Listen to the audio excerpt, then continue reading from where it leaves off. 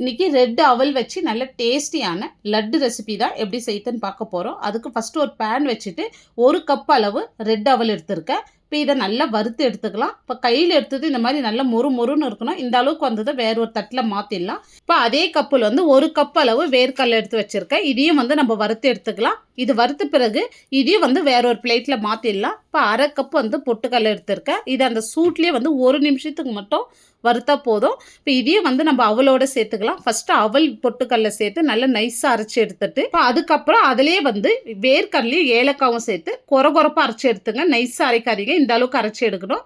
இப்போ ஒரு பேன் வச்சுட்டு இப்போ 1/2 கப் வந்து வெல்லம் சேர்த்துருக்கேன். 1/2 கப் தண்ணி சேர்த்துட்டு இது வந்து பாகுபதெல்லாம் இல்லை, வெல்லம் கரைச்சி எடுத்துக்கலாம். இப்போ இந்த மாதிரி கொதி வந்ததோ இது ஒரு சைடு இருக்கட்டும். இப்போ ஒரு பேன் வச்சுட்டு 1 ஸ்பூன் மட்டும் நெய் சேர்த்துங்க, நிறைய சேர்க்காதீங்க. இப்போ இதோட வந்து பொடியை கட் பண்ண பாதாம், முந்திரி, பிஸ்தா, 1/2 கப் அளவு கொப்பரை தேங்காய் சேர்த்துட்டு ஒரு நிமிஷத்துக்கு மட்டும் இந்த நெய்யிலே வறுத்து விட்டுக்கலாம். நம்ம கரைச்சி வச்ச வெல்லம் வந்து இதோட வடி போட்டு சேர்த்துக்கலாம். இப்போ வடி போட்டது வந்து நம்ம அரைச்சி வச்ச அவல் மிக்ஸி இதோடு சேர்த்து நல்லா கலந்து விடுங்க. மீடியம் ஃப்ளேம் வச்சு நல்லா கலந்து விட்ட பிறகு ஸ்வீட் என்ஹான்ஸ் பண்ணுறதுக்கு ஒரு பிஞ்ச் ஆஃப் சால்ட்டு சேர்த்து நல்லா கலந்து விடுங்க.